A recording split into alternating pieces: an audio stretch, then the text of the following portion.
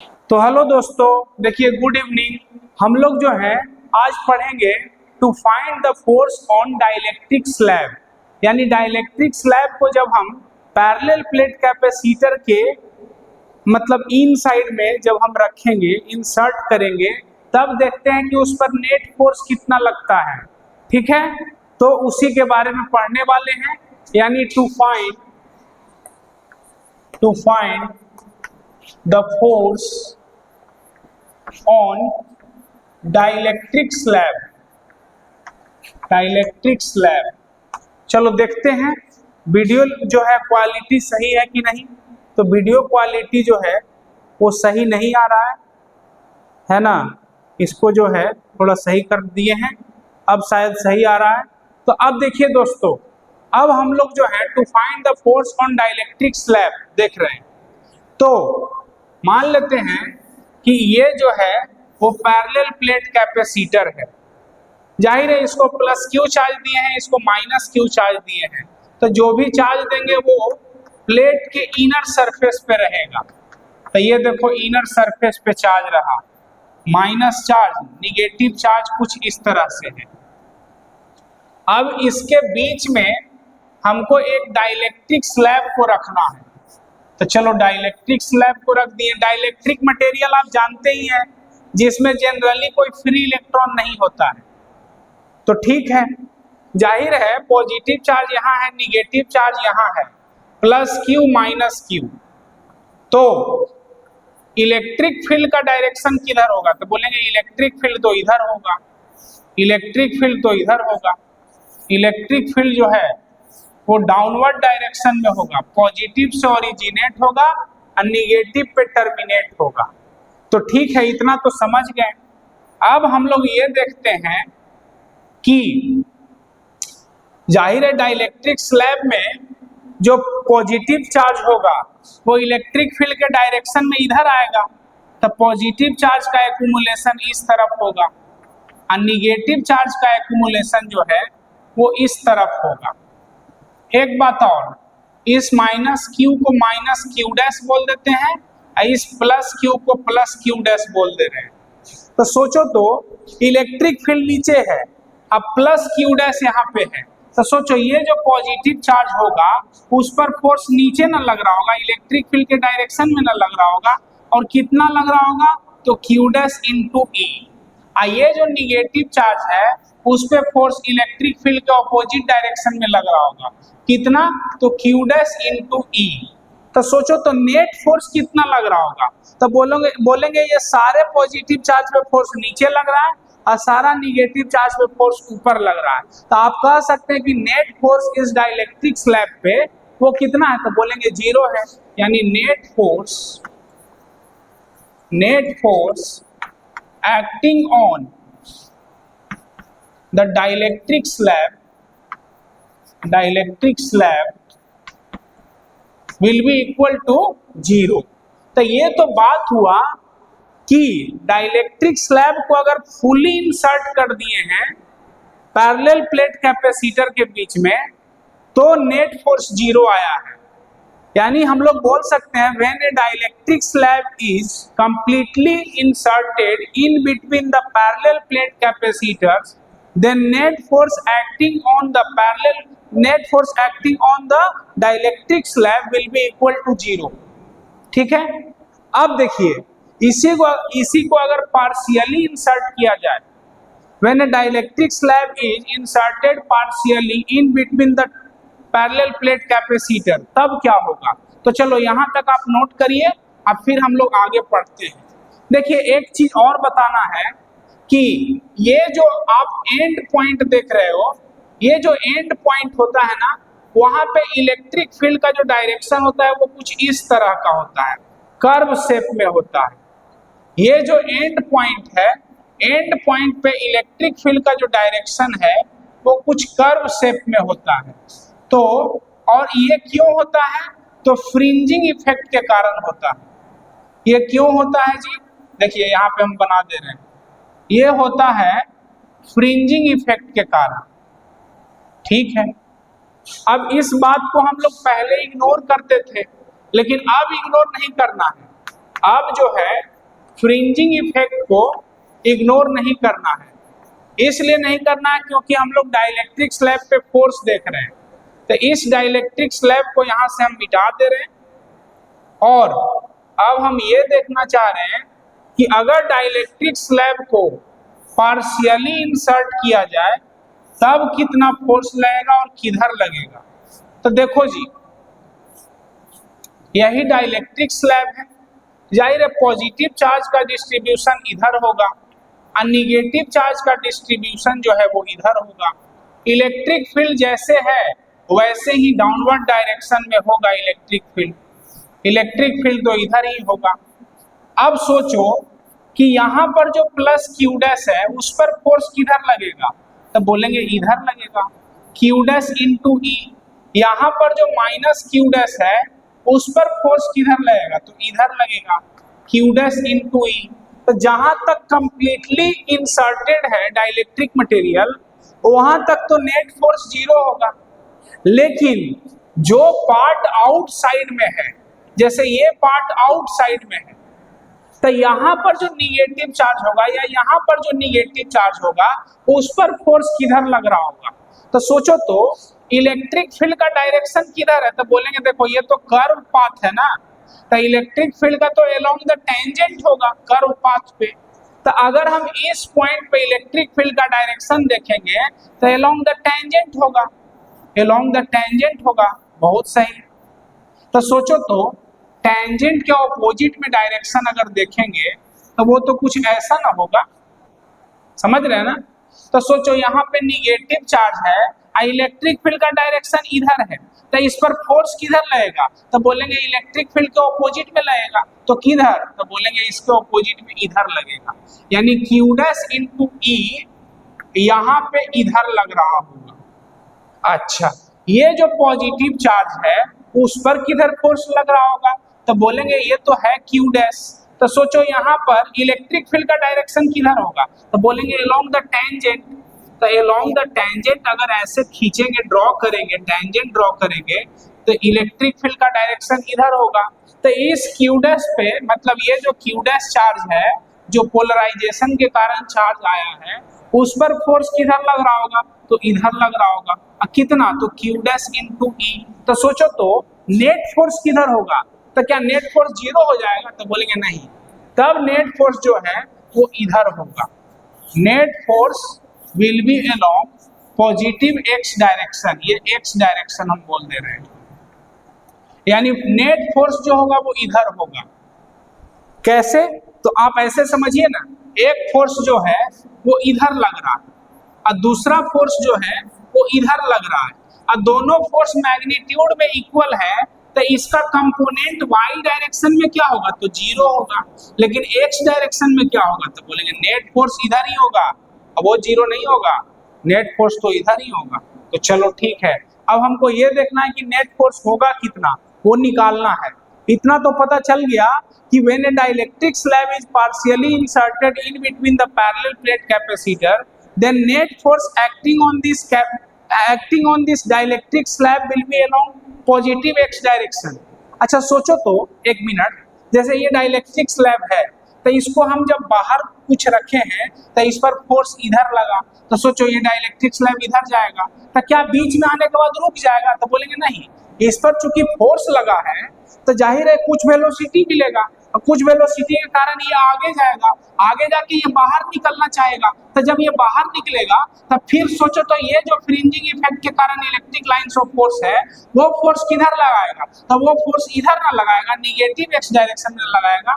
तो सोचो तो ये इधर जाएगा, और फिर चूंकि ये जो इलेक्ट्रिक लाइंस ऑफ फोर्स है उसके कारण फोर्स इधर लगेगा, तो ये वापस ना आना चाहेगा।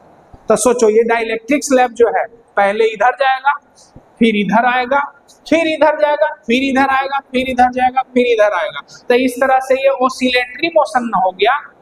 तो बिल्कुल ये ऑसिलेशन तो कर रहा है, टू एंड फ्रो मोशन तो हो रहा है।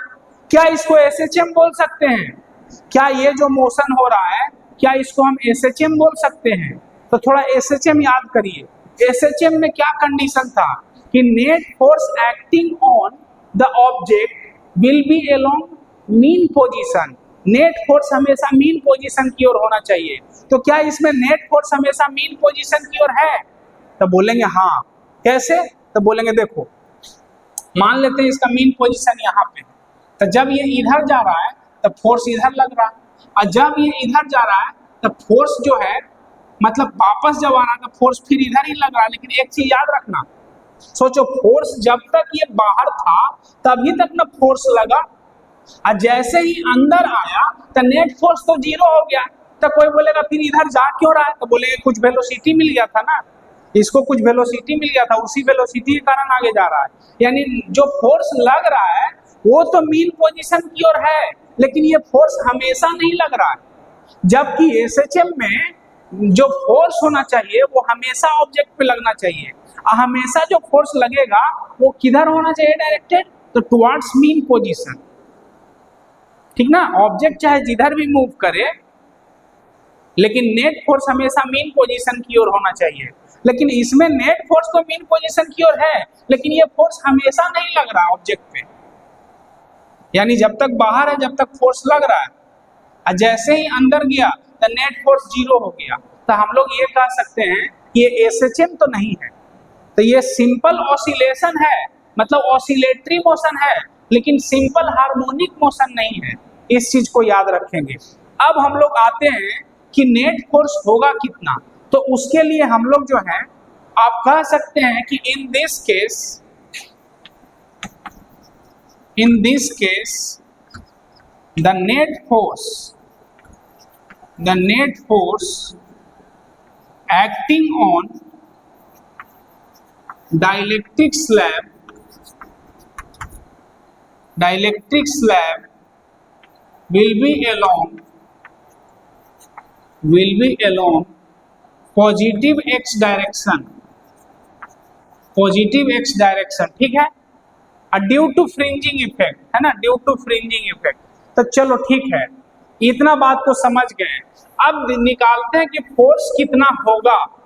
तो चलो उसके लिए जो है हम लोग फिर से फिगर बनाते हैं नया, और फिगर में हम लोग सब कुछ समझते हुए पता करेंगे कि फोर्स होगा कितना।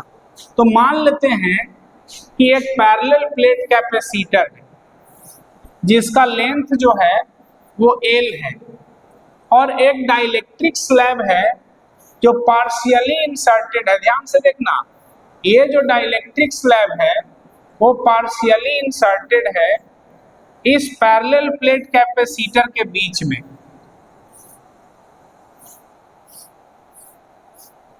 ठीक है, देखो जी, ये जो पैरेलल प्लेट कैपेसिटर के बीच का जो सेपरेशन है वो D है, और ये जो डाइलेक्ट्रिक मटेरियल है उसका डाइलेक्ट्रिक कांस्टेंट K है, और इसका भी लेंथ जो है वो L ही है। तो चलो इसका लेंथ भी L है। अब इसका जो विड्थ है वो B है, तो चलो इसको मेंशन कर देते हैं। L क्या है? द लेंथ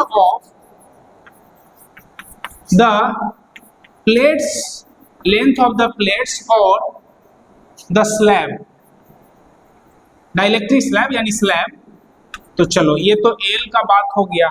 अगर B का बात करें तो वो है विड्थ ऑफ द स्लैब और द प्लेट, यानी प्लेट का विड्थ जो है वो, या स्लैब का जो विड्थ है वो B है।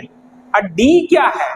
तो D जो है, देखना D जो है वो separation between the two plates है ना। D को आप कह सकते हैं thickness of the slab, thickness of the slab, और separation between the two plates, separation between the two plates. चलो इतना बात तो हम लोग समझ गए। अब क्या? तो बोलेंगे देखो, यहां से यहां तक जो सेपरेशन है उसको हम x मान लेते हैं, यानी कि ये जो डाइलेक्ट्रिक मटेरियल है जो इन साइड में है वो कितना है? तो बोलेंगे वो जो है वो कितना है? तो बोलेंगे x है। तो सोचो तो ये कितना होगा, तो बोलेंगे चलो इसको x ना बोल करके a बोल देते हैं, तो ये a है तो ये l माइनस a हो जाएगा, या a ना बोल करके चलो x बोले थे x ही बोल देते हैं। ये अगर x है तो ये कितना हो जाएगा, तो बोलेंगे ये हो जाएगा l माइनस x। तो बिल्कुल सही है, इसमें कोई दिक्कत नहीं है। अब रही बात कि इसको जो है एक बैटरी से कनेक्ट करना है, तो ऐसा करिए जो हम बात लिखे हैं उसको आप लिख लीजिए, हम आगे काम करते हैं, बाकी सब कुछ तो मेंशन किया हुआ है ही। देखिए दोस्तों, अब जो है हम लोग इसको बैटरी से कनेक्ट करेंगे और हम लोग पता लगाएंगे कि होता क्या है आखिर। देखो यहाँ पे हम लोग एक बैटरी का यूज किए हैं और इस डाइलेक्ट्रिक मटेरियल को जो है, मतलब समझ रहे हैं ना, यहाँ चार्ज आएगा पॉजिटिव, यहाँ निगेटिव, और जाहिर है डाइलेक्ट्रिक मटेरियल पे फोर्स लगेगा, फ्रिंजिंग इफेक्ट के कारण फोर्स इधर लगेगा। इतना तो तय है कि फोर्स का जो डायरेक्शन होगा वो इधर होगा।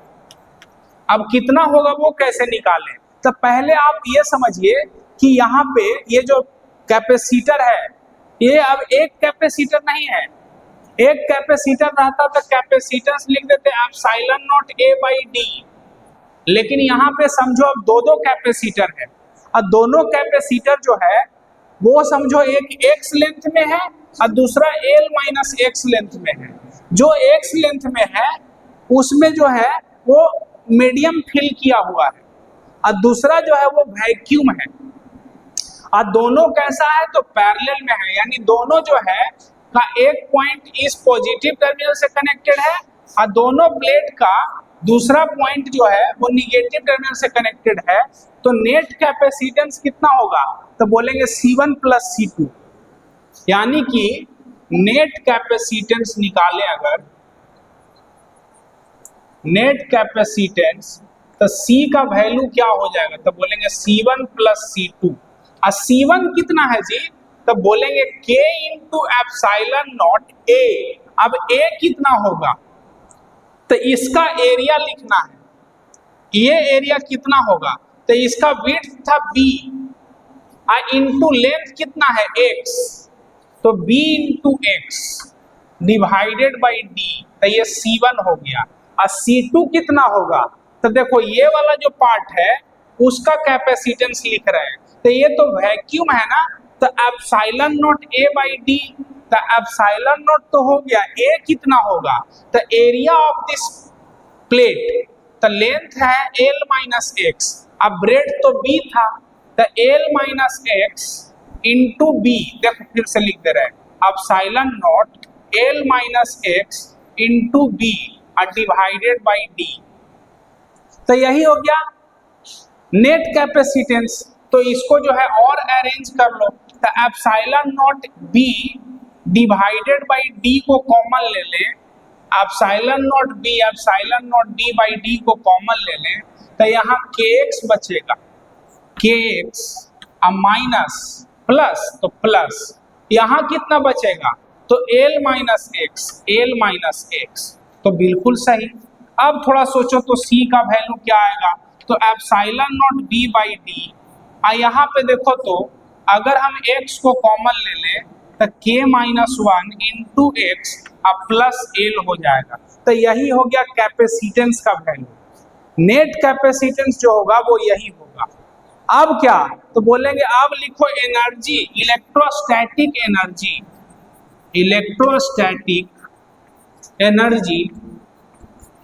stored in कैपेसिटर, तो चलो कैपेसिटर में कितना इलेक्ट्रोस्टैटिक एनर्जी होगा, तो ये पोटेंशियल V है, तो U का वैल्यू कितना होगा, तो बोलेंगे half CV square.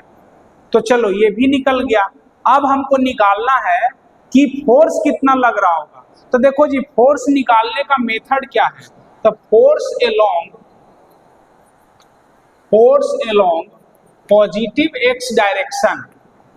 Positive x direction कितना होगा। तो देखो अब इस फिगर को हम मिटा दे रहे हैं, फिगर आप बना लीजिएगा। अब हम चूंकि कैलकुलेशन करना चाह रहे हैं तो इस फिगर को हम मिटा दे रहे हैं। तो देखिए दोस्तों, बाकी सब तो मेंशन किया हुआ था ही, अब जो है फोर्स चूंकि निकालना है, तो फोर्स अलोंग एक्स डायरेक्शन अगर निकालना है तो उसका मेथड है कि partial differentiation of energy with respect to x, आगे में माइनस साइन लगा दो, minus del U by del x, यही हो जाएगा फोर्स अलोंग एक्स डायरेक्शन। तो चलो एनर्जी जो है उसको लिखा जाए, तो F is equal to minus del U कितना होगा, तो हाफ सी के जगह epsilon not B by D into K minus 1 into X plus L, इसको जो है into V square, half C भी स्क्वायर करेंगे ना, तो ऐसा करो हाफ को बाहर रखते हैं, हाफ सी भी स्क्वायर। तो चलो यहाँ तक तो समझ गए। इसका डिफरेंशिएशन x के रिस्पेक्ट में करना है, तो ये minus half epsilon naught b by D, ये तो जो है वो कांस्टेंट टर्म है, और वैसे पोटेंशियल डिफरेंस भी कांस्टेंट टर्म है, इसको लास्ट में लिख देंगे। अब इसका डिफरेंशिएशन करना है, तो k माइनस 1 इंटू एक्स का डिफरेंशिएशन x के रिस्पेक्ट में k माइनस 1 इंटू 1 हो जाएगा, x का डिफरेंशिएशन x के रिस्पेक्ट में 1 होता है, अब प्लस l का डिफरेंशिएशन x के रिस्पेक्ट में 0 हो जाएगा, और इंटू कितना, तो बोलेंगे v स्क्वायर। तो बोलो तो फोर्स कितना आ गया, तो बोलेंगे फोर्स का जो वैल्यू है, अगर मैग्नीट्यूड देखोगे तो half epsilon naught b divided by d into k minus 1 into V square, यही आया है। देख लो बढ़िया से, half epsilon naught b by D k minus 1 into V square, तो यही हो गया क्या, फोर्स ऑन डाइलेक्ट्रिक स्लैब।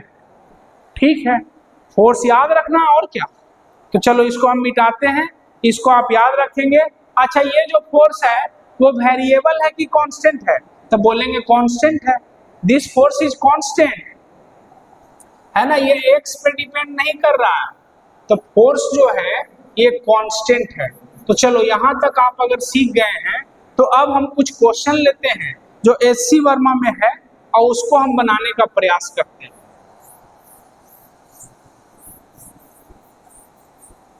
देखिए दोस्तों, अब जो है इस चैप्टर में ज्यादा कुछ बचा नहीं है, मतलब हम लोग लास्ट पार्ट को पढ़ रहे हैं, यानी आप मेरा वीडियो देखेंगे तो उसमें हम कैपेसिटर लगभग पूरा पढ़ा दिए हैं। देखिए, तो ये पैरेलल प्लेट कैपेसिटर है और इसके बीच में जो है एक डाइलेक्ट्रिक फिल किया हुआ है, और ये जो डाइलेक्ट्रिक फिल किया हुआ है ये बाहर तक है, तो ठीक, और इसको जो है एक बैटरी से कनेक्ट कर दिया गया है, तो जाहिर है बैटरी के कारण चार्ज आएगा और चार्ज के कारण इलेक्ट्रिक फील्ड होगा, और इलेक्ट्रिक फील्ड में जब रखते हैं डाइलेक्ट्रिक मटेरियल को तो उस पर फोर्स लगता है। देखो जी, यहाँ से एक पुली को कनेक्ट किया है और यहाँ एक मास को अटैच कर दिया है, यानी यहाँ एक ऑब्जेक्ट को अटैच कर दिया है, तो जाहिर है होगा क्या, तो बोलेंगे देखो यहाँ पर होगा ये कि इसमें चूंकि मास m है तो नीचे फोर्स लग रहा होगा mg, और सोचो तो ये जो डाइलेक्ट्रिक स्लैब है इसका डाइलेक्ट्रिक कांस्टेंट अगर k है, और चूंकि ये बाहर में है तो इस पर फोर्स इधर लग रहा होगा, और वो फोर्स कितना लग रहा होगा तो वो तो आपको पता ही है फोर्स कितना लग रहा होगा। तो सोचो इस पर फोर्स इधर लग रहा है F, इधर कितना लग रहा है, तो बोलेंगे ये तो स्ट्रिंग है, स्ट्रिंग में टेंशन T होता है, यही टेंशन यहाँ होगा, सेम रस्सी है ना, तो टेंशन T यहाँ होगा। सोचो तो बोलेंगे कि फॉर इक्विलिब्रियम एक्चुअल में आपसे पूछा गया है कि अगर ये डाइलेक्ट्रिक स्लैब यहीं रुका हुआ है तो बताओ कि इस ऑब्जेक्ट का मास कितना होगा, तो बोलेंगे फॉर इक्विलिब्रियम T जो है वो mg के इक्वल होगा, यहाँ T किसके इक्वल है, तो F के इक्वल है, तो बोलो तो F किसके इक्वल हो जाएगा, तो mg के इक्वल हो जाएगा, यानी F कितना होगा, तो बोलेंगे half epsilon naught b divided by d k minus 1 into E square, ये किसके इक्वल, तो mg के इक्वल, तो बोलो m किसके इक्वल, तो बोलेंगे half epsilon naught b divided by m into D, यहाँ क्या, तो बोलेंगे k minus 1 into E square. तो यही हो गया m का वैल्यू। तो बस निकल गया, और क्या इसमें करना क्या था। इसको देख लीजिए, इसमें कोई दिक्कत है तो आप पूछ सकते हैं, ठीक ना। इस बैटरी का जो ईएमएफ है वो ई है, तो कोई दिक्कत तो होगा नहीं। अब चलो इसके आगे बढ़ते हैं हम लोग। देखो जी नेक्स्ट क्वेश्चन क्या है। नेक्स्ट क्वेश्चन जो है वो भी आसान है और एचसी वर्मा में वो आपको मिलेगा। नेक्स्ट क्वेश्चन जो है वो ये कह रहा है कि यहाँ पे एक बैटरी लगा हुआ है जिसका ईएमएफ E1 है। चलो यहाँ पे एक पैरेलल प्लेट कैपेसिटर है और इसको जो है बैटरी से कनेक्ट कर दिया गया है। इसमें एक डाइलेक्ट्रिक स्लैब को फिल किया गया है जो कि इस तरह से बाहर निकला हुआ है, ठीक है। यहाँ पे भी एक पैरेलल प्लेट कैपेसिटर है और इसको भी एक बैटरी से कनेक्ट किया गया है जिसका ईएमएफ जो है वो E2 है। तो आपसे पूछा जा रहा है कि अगर ये डाइलेक्ट्रिक स्लैब का इस तरफ का डाइलेक्ट्रिक कांस्टेंट देखें तो K1 है और इधर का डाइलेक्ट्रिक कांस्टेंट K2 है, तो बोलो तो ये जो पैरेलल प्लेट कैपेसिटर है वो इधर फोर्स लगा रहा होगा, तो इसको मान लो F1 बोल देते हैं। ये जो पैरेलल प्लेट कैपेसिटर है वो इधर फोर्स लगा रहा होगा F2। तो सोचो तो अगर ये इसी तरह से रुका हुआ है, ना इधर जा रहा है ना इधर आ रहा है, तो बोलेंगे ना कि फॉर इक्विलिब्रियम कंडीशन में F1 जो होगा वो इक्वल होगा F2 के। तो ये तो होगा, लेकिन पूछा क्या गया है, पूछा गया है कि E1 बाई E2 का रेशियो क्या होगा। तो चलो हम लोग निकालते हैं, और क्या कैसे निकालें। तो बोलेंगे F1 कितना होगा लिखो। तो F1 अगर इसको लिख रहे हैं, या देखो F1 लिख रहे हैं ना, इसको F1 ना बोल करके F2 बोल देते हैं, इसलिए क्योंकि जो है वो इधर E2 है, इधर E1 है तो इधर F1 बोल देते हैं, ठीक है। वैसे भी इधर K1 है ना, तो F1 इधर, F2 इधर, K2 इधर है। तो F1 अगर लिखेंगे तो half epsilon naught B divided by D, समझना ना, ये समझो D ही है, अब विड्थ जो है वो B ही है। तो half epsilon naught B by D K1 minus 1 into E1 square. तो ये F1 हो गया। F2 कितना, तो बोलेंगे half epsilon naught B divided by D यहाँ K2 minus 1 into E2 square. देखो तो half epsilon naught B D सब कट गया, बिल्कुल कट गया। तो यहाँ E1 स्क्वायर है, यहाँ E2 स्क्वायर है, तो बोलेंगे ना E1 square divided by E2 square, ये किसके इक्वल हो जाएगा। तो बोलेंगे K2 minus K1 K2 minus 1 divided by K1 minus 1। तो सोचो तो E1 बाई E2 किसके इक्वल होगा। तो E1 बाई E2 जो है वो under root K2 minus 1 by K1 minus 1 के इक्वल होगा। तो चलो इसको नोट करिए, इसके बाद हम लोग आगे पढ़ते हैं। तो देखिए दोस्तों, ये जो क्वेश्चन है वो एचसी वर्मा में आपको 66 नंबर प्रॉब्लम जो है, या 67 66 ऐसा ही करके कुछ मिलेगा, तो उसको आप देख लीजिएगा। चलो इसको हम मिटा दे रहे हैं। अब जो है नेक्स्ट क्वेश्चन पे आते हैं।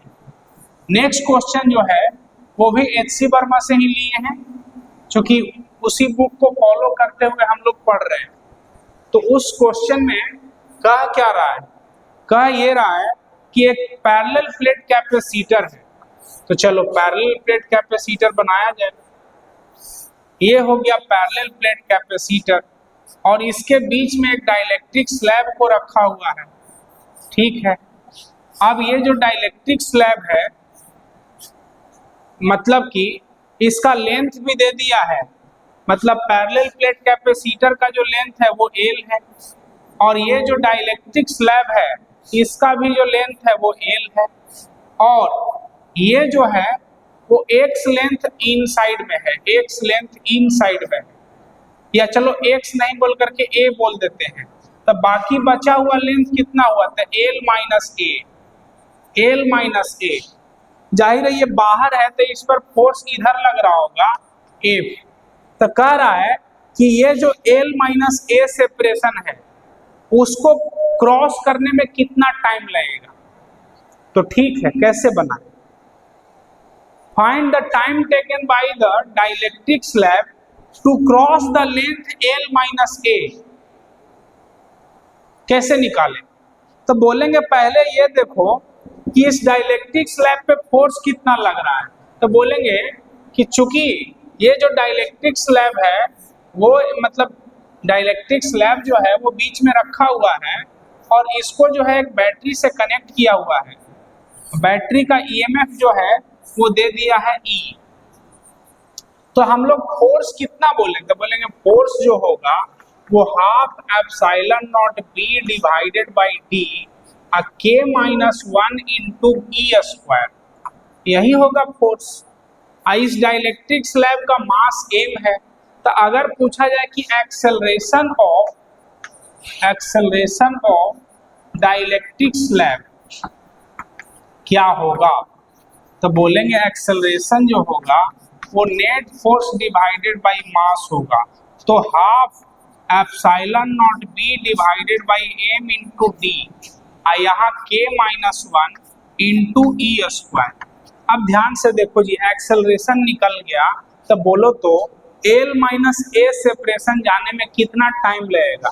इनिशियल वेलोसिटी जो है वो 0 है, तो सोचो तो हम लोग अगर s is equal to u t plus half a t square लगाएं तो s कितना लेंथ चलना है, तो L माइनस ए, u 0 है, हाफ a के जगह निकाले हुए हैं इंटू टी स्क्वायर, तो यहाँ से t कितना हो जाएगा, तो बोलेंगे t का वैल्यू जो है वो हो जाएगा 2 into L minus A divided by a under root, यही हो जाएगा t का वैल्यू। उम्मीद है आप समझ गए होंगे।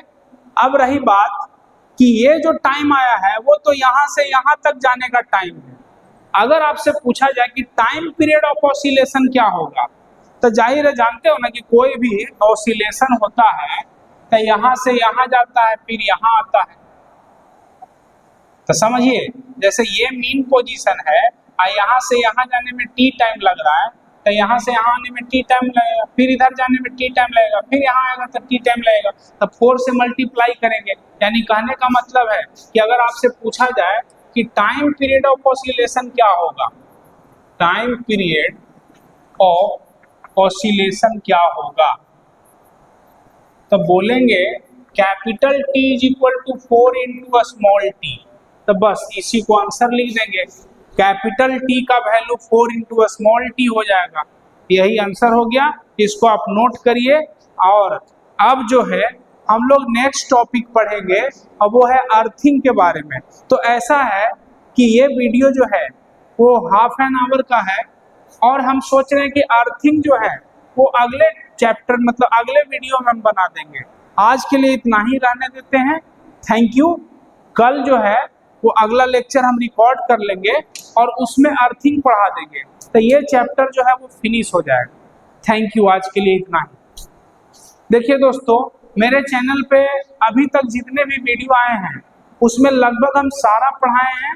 हाँ, गॉस लॉ का हम छोड़े हुए हैं, अभी गॉस लॉ का हम नहीं पढ़ा पा रहे हैं क्योंकि उसमें थोड़ा क्वेश्चन करवाना है आपको। हाँ, थ्योरी पूरा पढ़ा दिए हैं गॉस लॉ का। गॉस लॉ का जितना थ्योरी है, कॉन्सेप्ट है, वो पढ़ा दिए हैं। कुछ कॉन्सेप्ट है जो मतलब क्वेश्चन से रिलेटेड है, मतलब क्वेश्चन बताएंगे तो उसी से रिलेटेड कॉन्सेप्ट मतलब कि सीखते जाएंगे। तो ठीक है, हम सोच रहे हैं कि उसका भी वीडियो अपलोड करें। ये चैप्टर खत्म करने के बाद गॉस लॉ हम पढ़ा देंगे और उसके बाद हम करंट इलेक्ट्रिसिटी शुरू करेंगे। तो ठीक है, थैंक यू, आज के लिए इतना ही।